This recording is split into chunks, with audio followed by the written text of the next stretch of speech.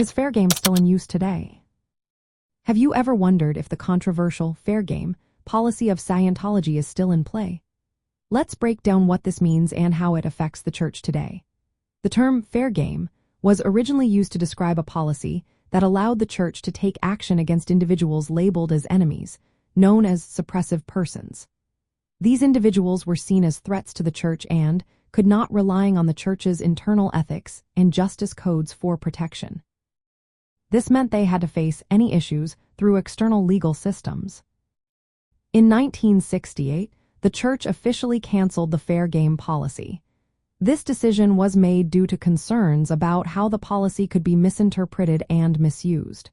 The church claims that critics have misused the term to damage its reputation. So, what does this mean for the church's practices today?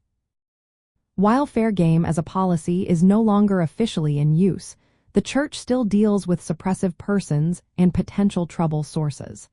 Members may choose to disconnect from these individuals to protect their spiritual well-being. This practice of disconnection is still a significant part of Scientology's teachings.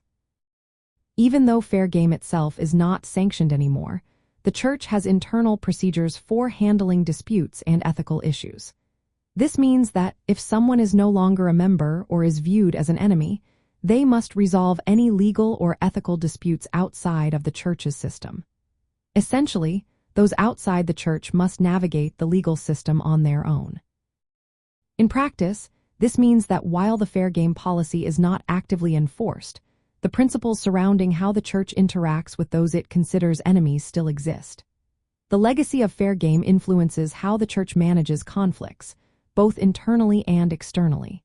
So, while the specific term may not be in use, the underlying concepts remain as relevant in Scientology's approach to dealing with critics and former members.